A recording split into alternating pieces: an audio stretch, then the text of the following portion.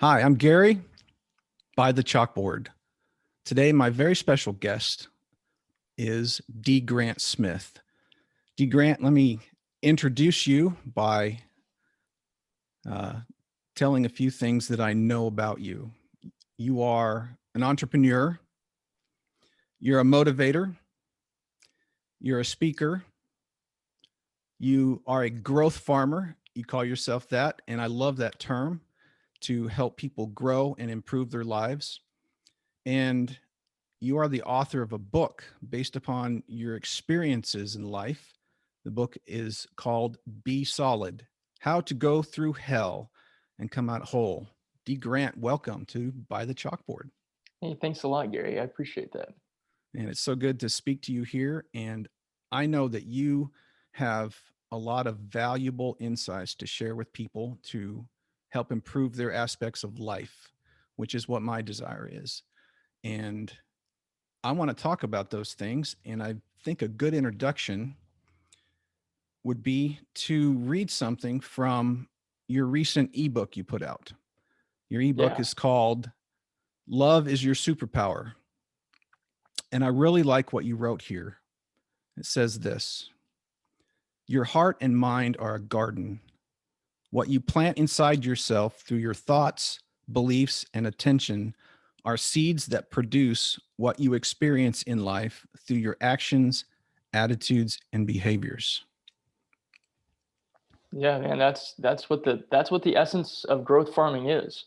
It is, I mean, that's the methodology right there, man. That's what it's all about. Like when we understand that what we put inside of ourselves has impact and influence, and it's not like, meaningless, then we'd actually become more aware of what it is that we are doing with our time, what it is that we're investing our resources in, how we spend our time watching TV or listening to music or listening to podcasts or reading books or reading anything, who we spend time hanging out with, like all these different things. We realize that we are influenced by, by life. And so, what all these things influence the way that you feel about yourself. They influence the way that you think about yourself.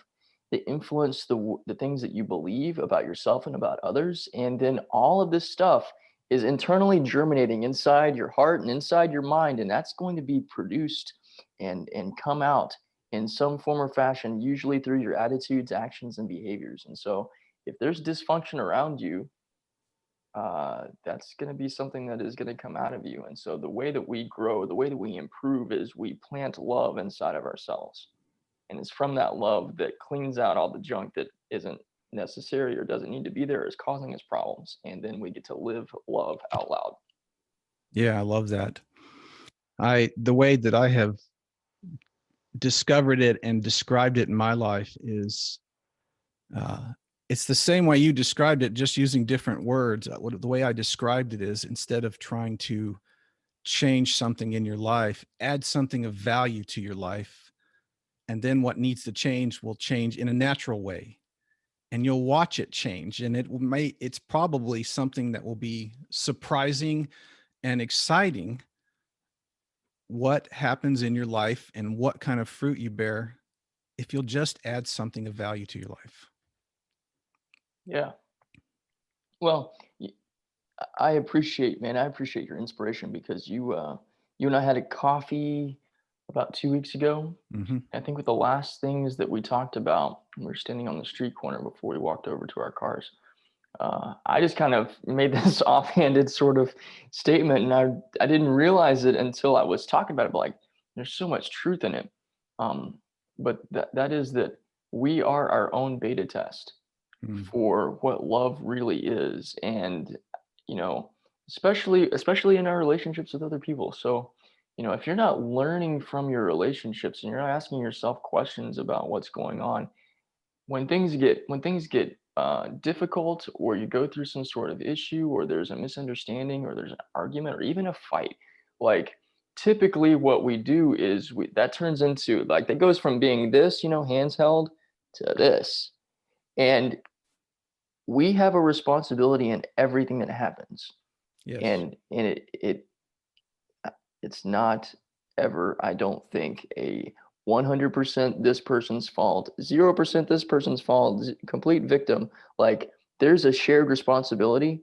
And as you have read in A Course in Miracles, it's our job really to take maybe more responsibility than our mind tells us is ours. But in taking that responsibility, what we're doing is we're taking whatever that tension is, whatever that issue is, whatever that difficulty, strain, pain, whatever it is, and we're saying, you know what, I love myself more than this thing.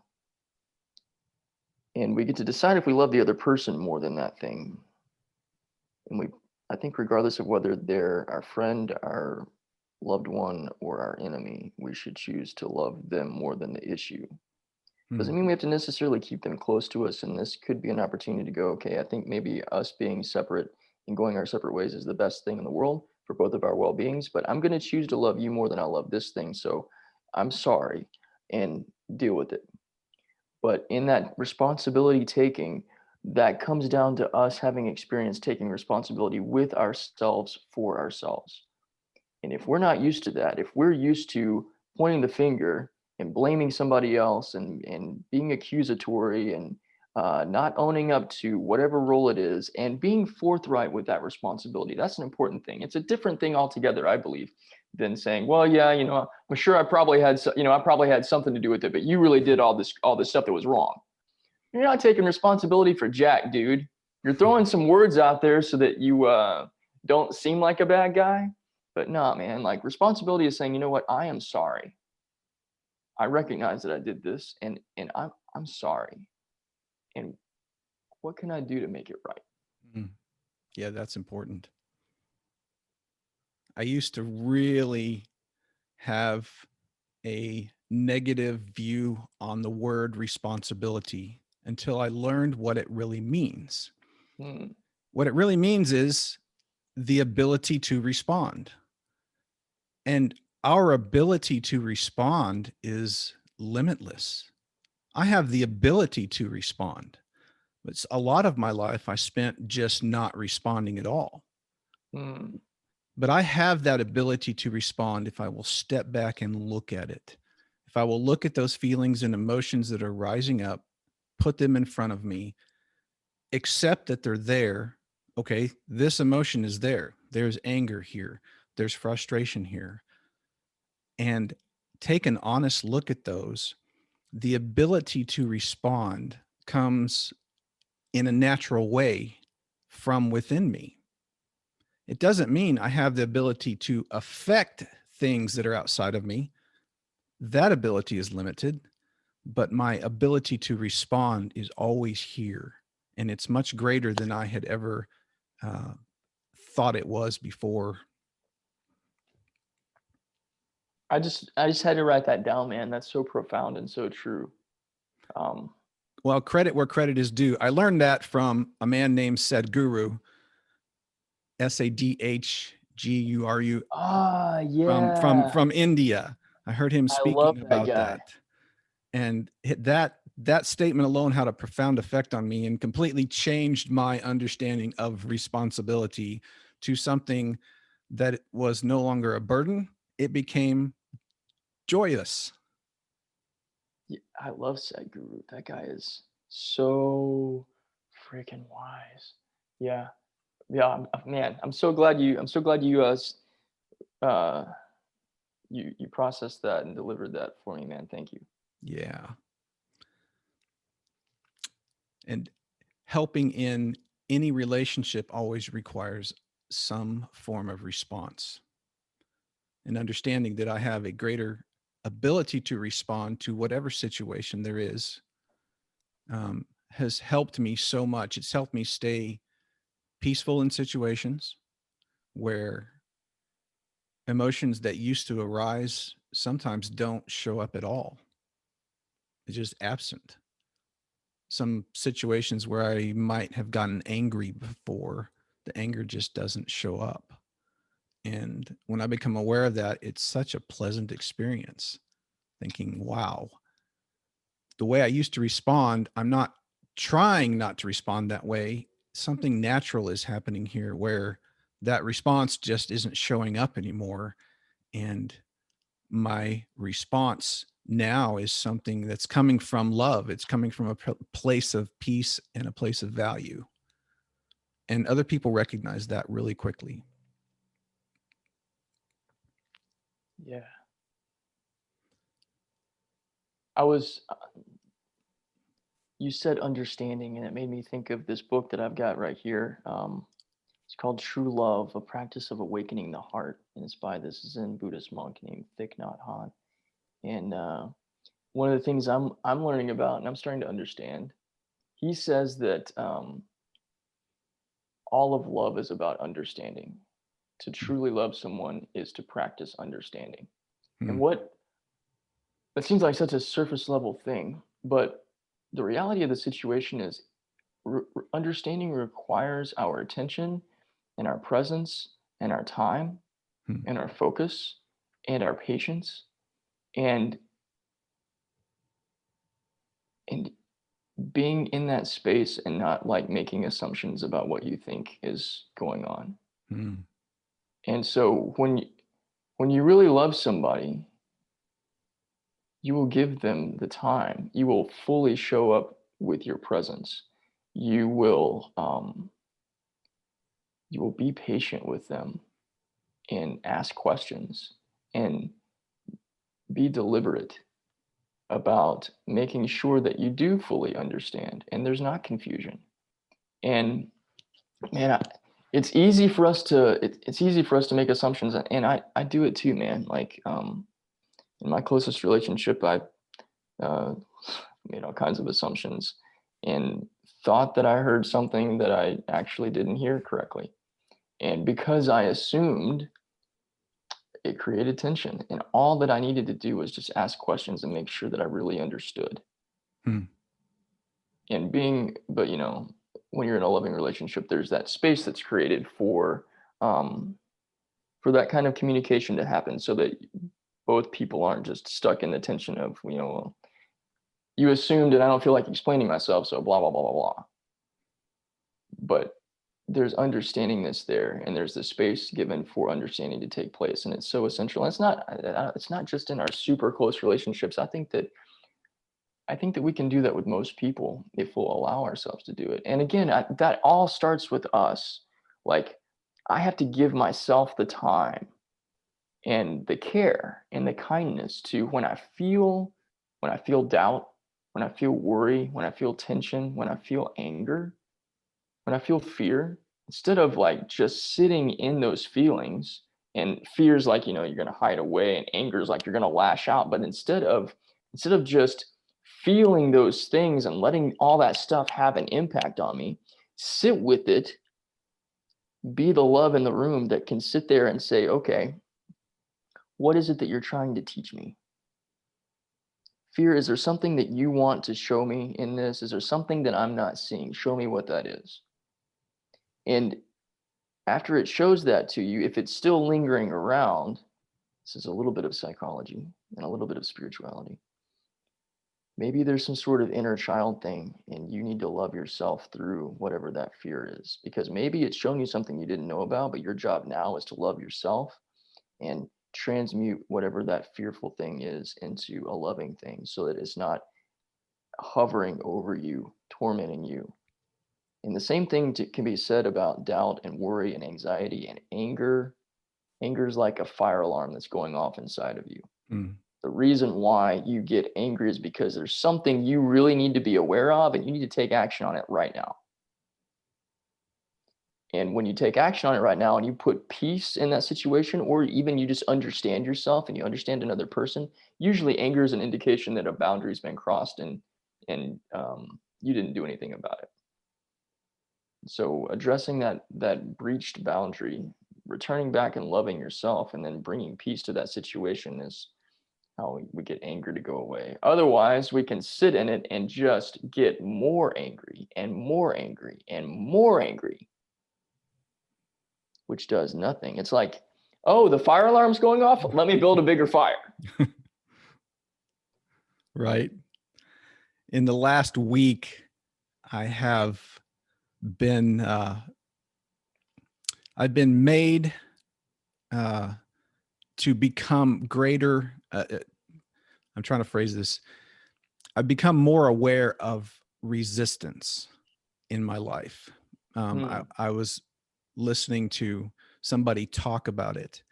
And just in the last week, because of hearing that, it's become very present to me. And I'm much more aware of it every time it happens. And when it happens, I put it in front of me. This resistance is there. Ooh, I see it. I'm feeling this resistance, and I put it in front of me. And I've been amazed by how fast it will dissolve when I do that. It's like bringing it into the light. I'm bringing the shadow into the light. But if I try to fight it or ignore it, it strengthens it.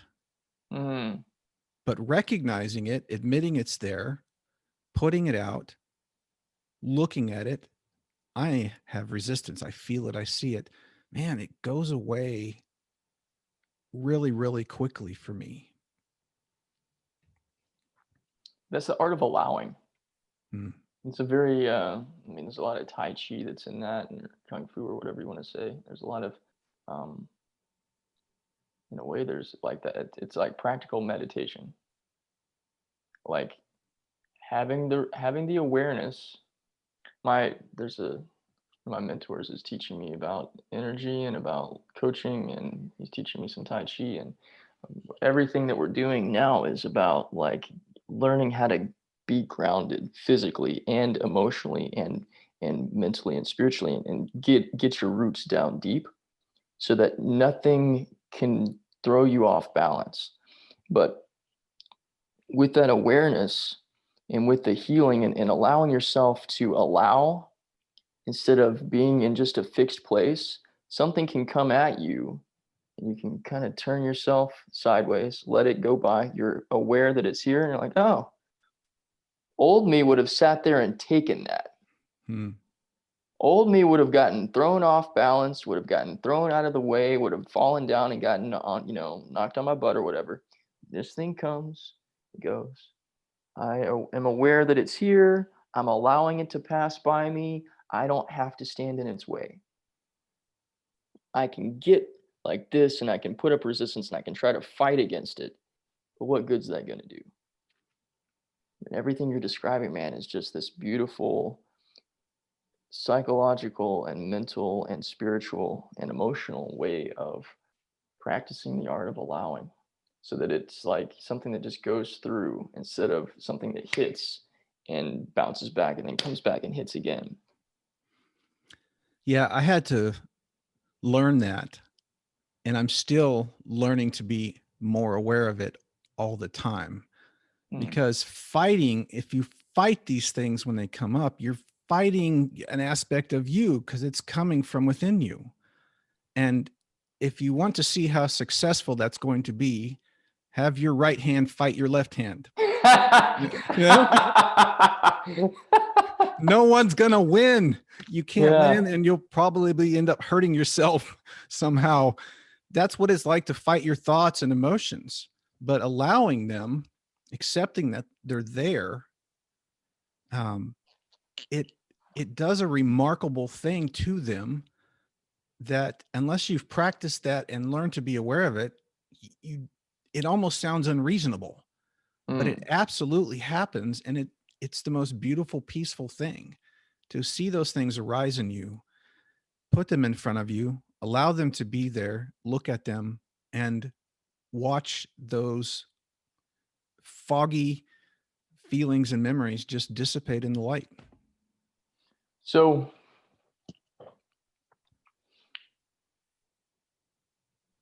yeah, like it's almost like man, I had a metaphor, and then it just like decided to go swimming. Okay, sorry, man. No, that's fine. It was on the tip of my tongue. Dang it. Maybe you'll get it back. I have another memory to share of something that helped me with fear. It was a couple of years ago. I was scrolling through YouTube, and I happened to see a video of Eckhart Tolle. And the reason I clicked on it, because is because the title had something to do with somebody asking him about how to be free from fear. And I thought, that's what I need to know. How can I be free from fear? I want to see what he has to say about this. So I clicked on it and watched it. And what he said was so unexpected. This woman asked him about being free of fear. And Eckhart Tolle said something like, I am aware of fear within me all the time. And I thought, what?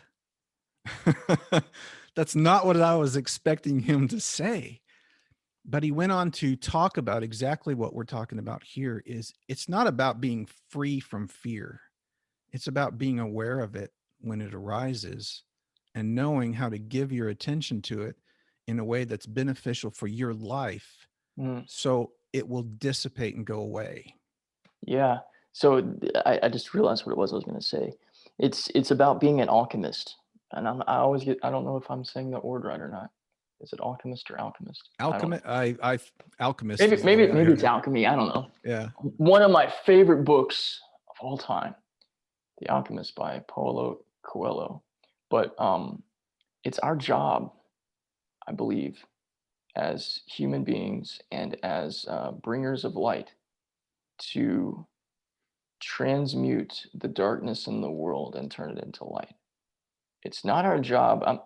I don't believe it's our job to convert people to our way of thinking or even our way of believing, because that your thoughts and your feelings and your beliefs are your business. That's none of mine.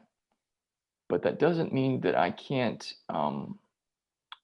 by way of my act, by way of the fruits of my life, my actions, my attitudes, and my behaviors, show you more fully what love is and energetically convert darkness into light. I believe that I think that that's the what, that's what the good news is. So, um, one of the ways to do that is to practice grace, and grace is actually not hard. I think sometimes we tell ourselves that, man, I really need some grace here, but we don't give it to ourselves. Here's an easy way to give yourself grace. This is what I've been doing. And sometimes you got to do it a couple times, especially if you're really prone to beating yourself up. And I certainly am. I've got a perfectionism that I've been working through for the past several years. Been working through it really hard this year, and I've made some massive headway. But regardless of whether you're somebody that's really hard on yourself or you tend to make a lot of excuses, either way, here's a way to practice grace. And once you do this with yourself and you feel good about it, it's natural and it's easy to give it to other people. You ready? It's okay. I love you. Doesn't matter what it is. It's okay.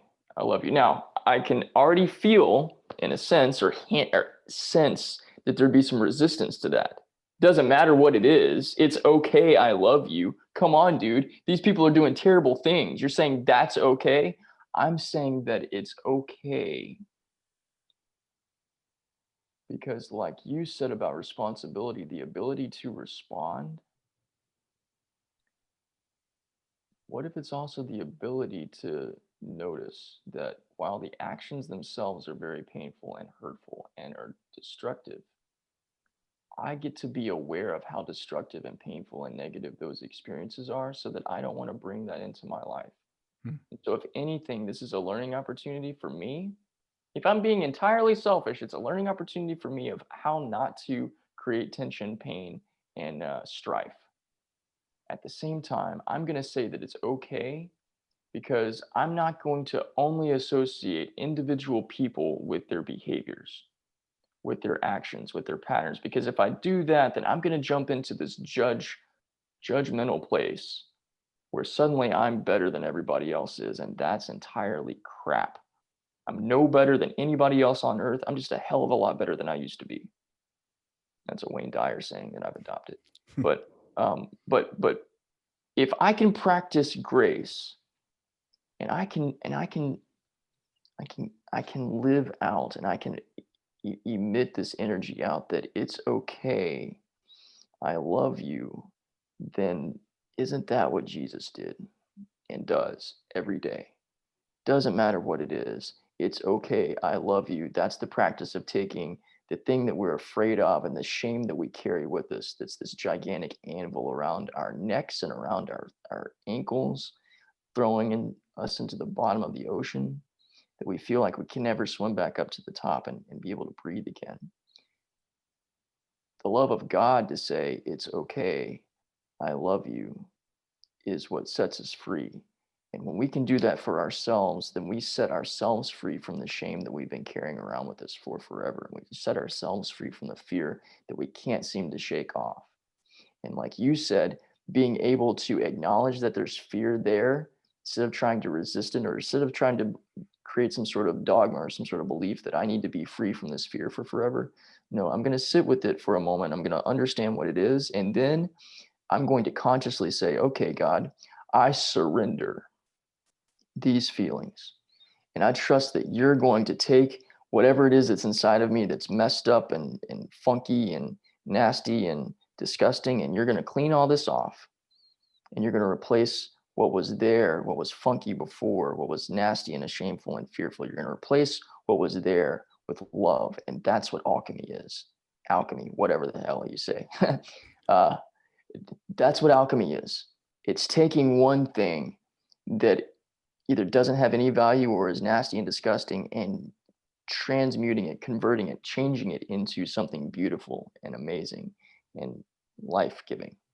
And that's the opportunity that we have, especially with fear, because fear is something that all of us experience, go through, process, and get to be more and more and more aware of how deep it is, deep, deep, deep, deep down inside that root. Whatever that root is, it's our job to deal with that root and be consciously working on transmuting that root into love. Yeah, I love that. I was thinking that, one of the interesting things Jesus said about himself is, I am the light of the world.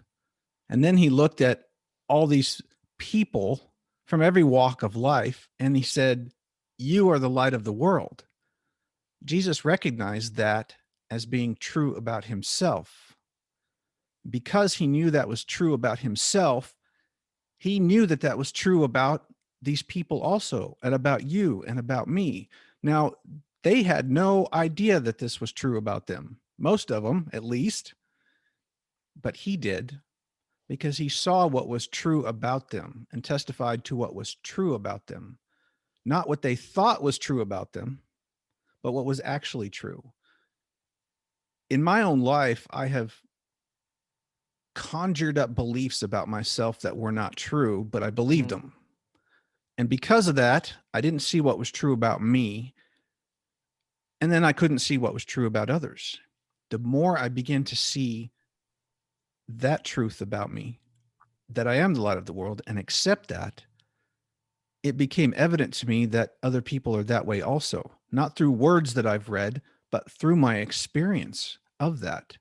And so when I sit with people, I remind myself, I'm only going to identify what is true about this person. I will not identify with their own misbeliefs or illusions that they have made up about themselves. It throws people off sometime when I first sit down with them and meet them. Had an experience with a man this morning at the cigar shop that way. I wouldn't identify with his illusions about himself, only what it was true. But he must see them for himself. He must be willing to look himself to see what is true. And when you begin to see what is true about yourself, it just opens up a boundless aspect of your life. Yeah, dude, that's so powerful. I, man, I so love that.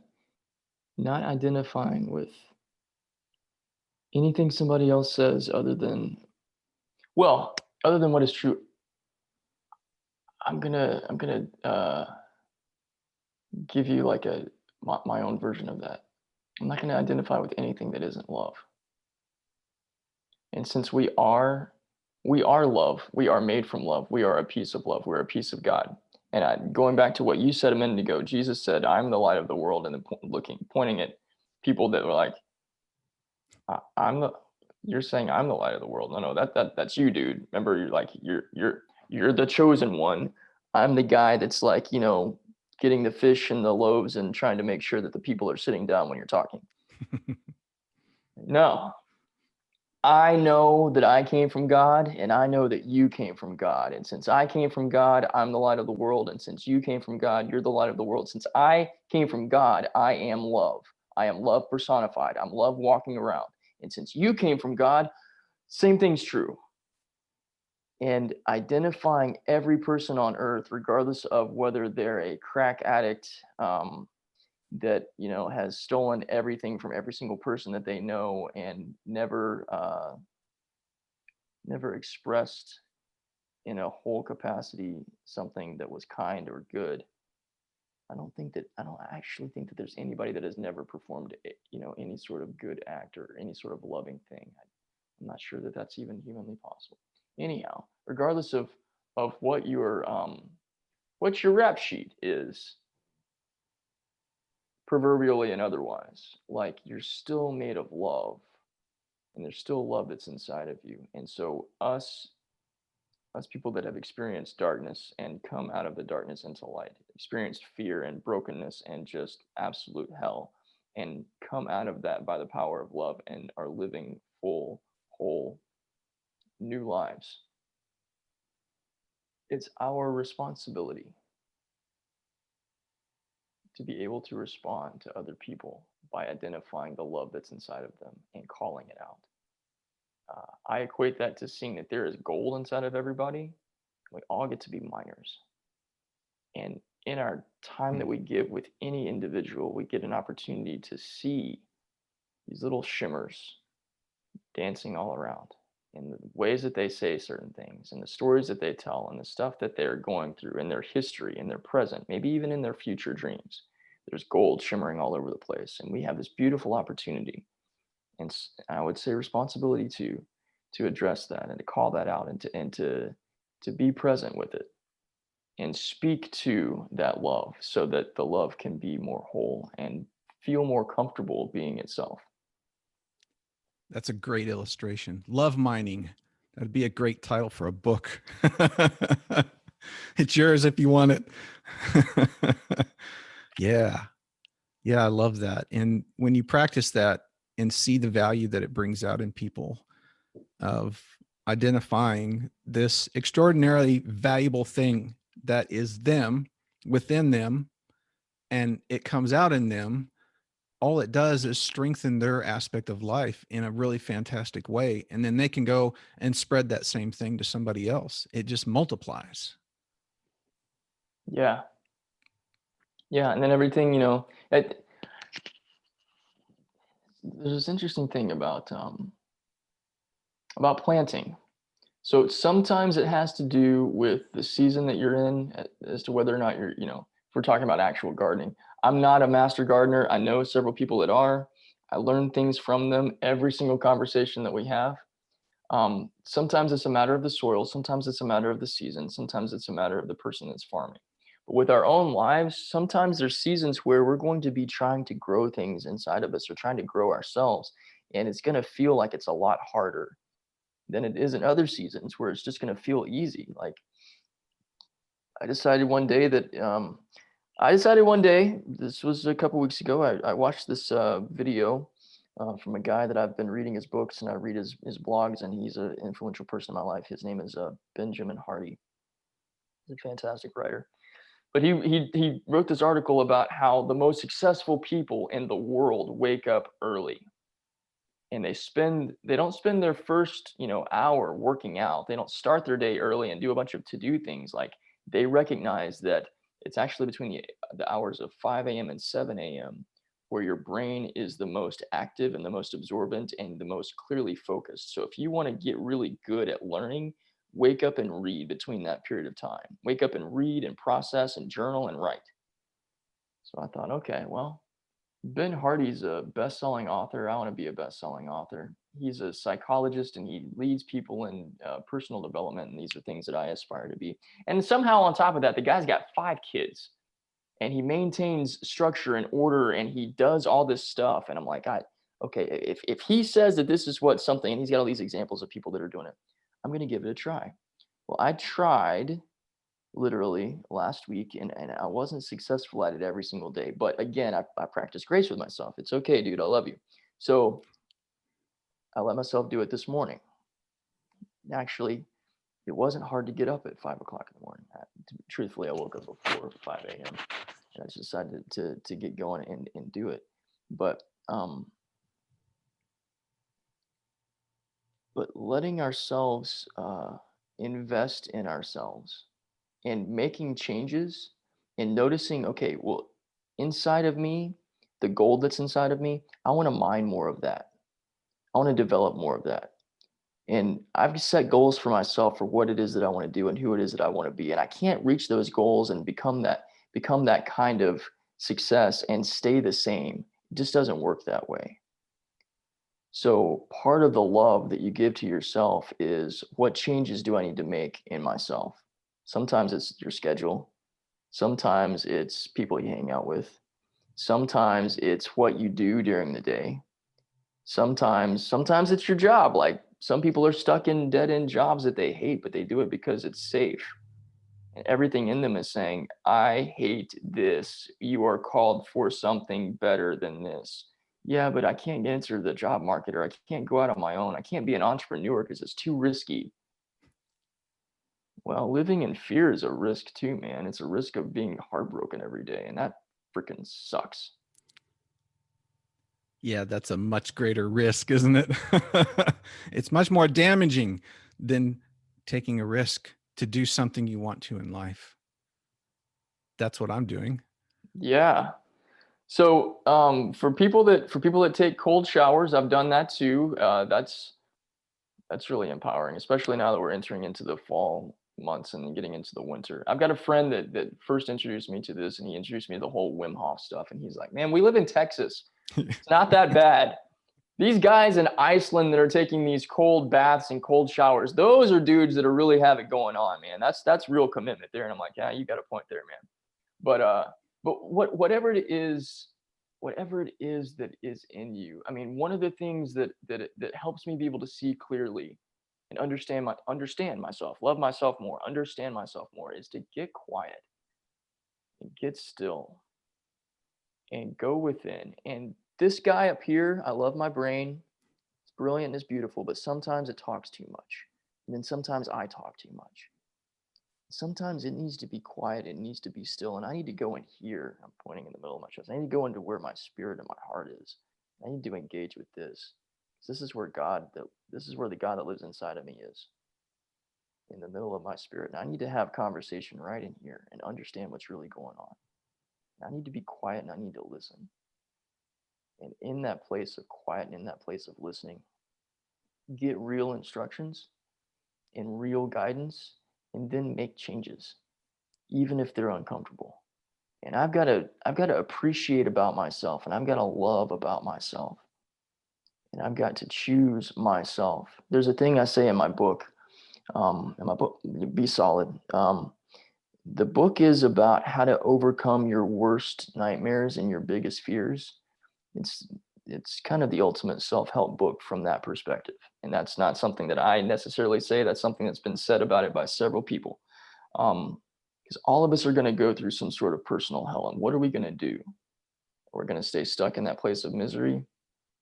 Are we going to blame other people for why life is the way that it is? Or are we going to choose to see that who we are is beautiful, and who we are is loving, and who we are is worth it? And that's the big takeaway. Like, you are worth fighting for, but the only person that can fight that battle is you. And you're not fighting it against anybody else. You're fighting for yourself.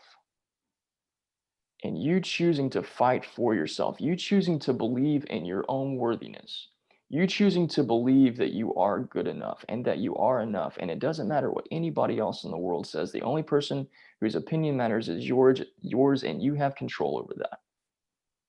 And you choosing to fight for yourself, and you choosing to back yourself, that's what leads to all growth and all transformation and all healing and all of the best things in life. Yeah, I've recognized in my life that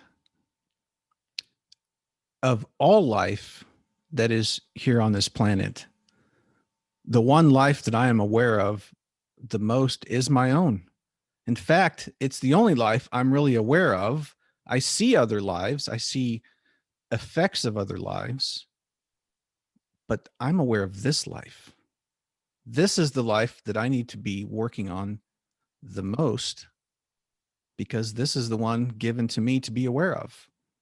I see from here. I experience everything from here, where I see from. This life, this life is of value. This Mm, life is important. This life has no boundaries.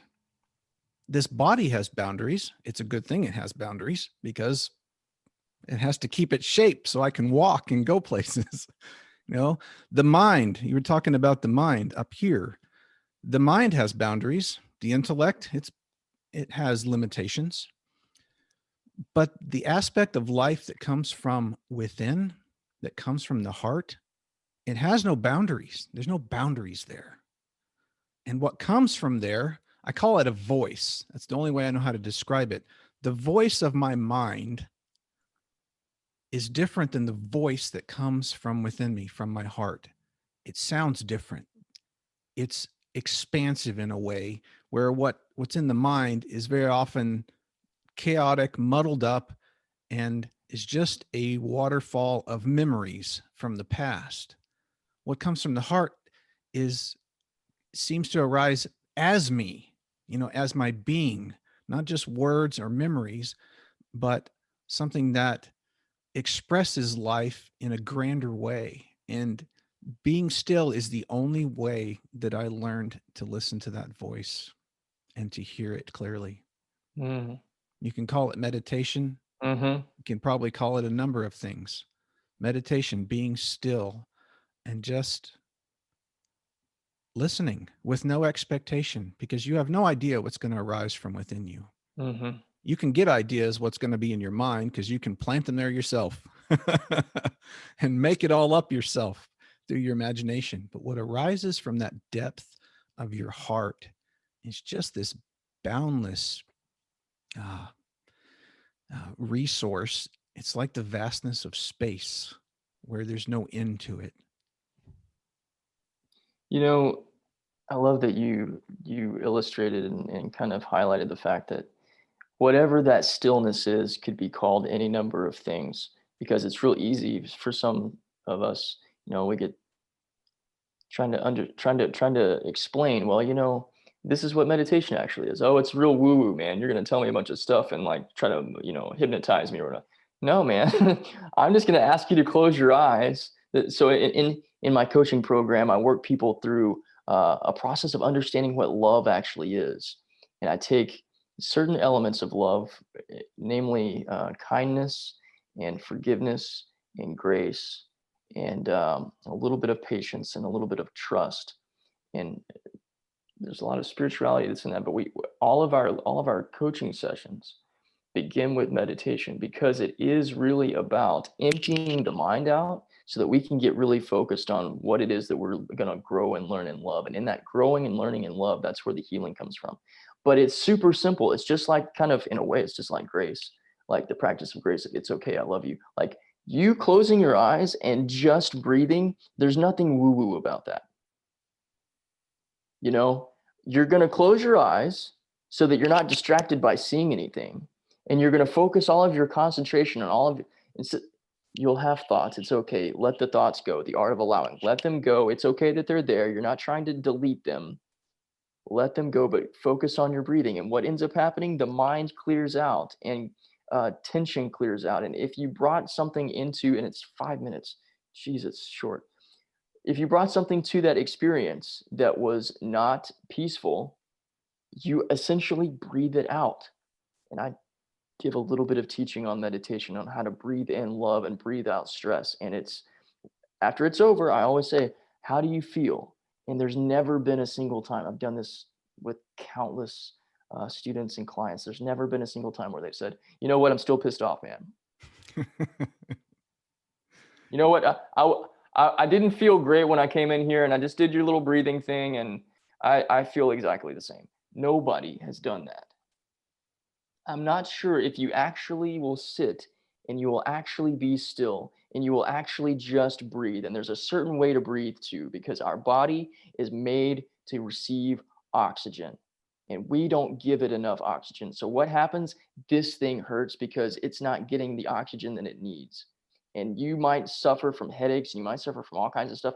You might suffer from digestive issues because your digestive system, your third brain, isn't getting enough oxygen. All you're doing is taking these shallow little bitty breaths over and over and over again, and only a part of your lungs are filling up, or not even filling up, they're just getting a little like quick oxygen hit and moving on down the road. Your heart's not getting enough oxygen, your blood's not getting enough oxygen, and your body suffers, and your attitude suffers, and everything suffers. You want guys that are watching and listening to this, you want to do one thing to love yourself today. Spend 1 minute taking taking a 6-second breath. Breathe in and count to 3. Breathe out and count to 3. Is that right? Yeah. Do that 10 times. It's only a minute. Do that 10 times and I promise you will feel something. I'd be willing to put some money on the line that you feel better, because you just gave your body and your mind and your heart more oxygen in that 1 minute than you've probably given it in a couple hours, maybe even longer than that. And since your body and your brain and your heart all thrive and operate on oxygen, just do that and see how you're able to focus on anything. See how you're able to be present. See how you're able to even just like respond with kindness. Promise you'll be able to do it. I agree. Sitting and learning breathing exercises for me it's been profound. There's been nothing dramatic happened, but the results of doing that have absolutely increased my attention on other aspects of my life. If you can sit even for a minute, like you said, and do nothing but focus on your breathing, just give your breathing your attention, it will change things in your life. You'll become greater. You'll have a greater awareness of things that you may not have any idea of. But it changed a lot of my life, and you're exactly right. It has a fantastic impact if you learn some breathing exercises, and it's really about attention. It's really about keeping your attention on your breath, because other things start just kind of fading away the longer you're able to do that. Yeah, that's good. That is good. Well, sir, it's been great having you here. Thank you for letting me be your maiden voyage, man. I appreciate that. You're my first guest on By the Chalkboard, and I am absolutely honored and thrilled that you were able to come on. And I know that a lot of people will get a lot of benefit out of this conversation, because I sure did. I love this conversation with you. Oh, thank you. Hey, I want to do something for your is it viewers or listeners? Is this an audio or a video It's going to be podcast? both. Yeah, I'm going to Okay. put it up on audio. It'll available on, the podcast streams, iTunes, Spotify, wherever you get your podcasts from. All right. But I also have a YouTube channel called By the Chalkboard, and I'm going to be putting it up there as a video also. All right. So here's something I want to do. I'm going to give Gary quoted this book that I want to give you, and you don't have to opt in for it. Um, Now I understand the value of marketing, and you create you create the freebie and you put it on this page and you put it out there so people will give you their email address so that can then send them a bunch of your promotional things, and all that stuff's very valuable from an entrepreneurial standpoint. But sometimes we don't sign up for things that are really good because we're afraid of getting spammed in our email. I promise I'm not going to spam you, because I'm not going to attach you to a list.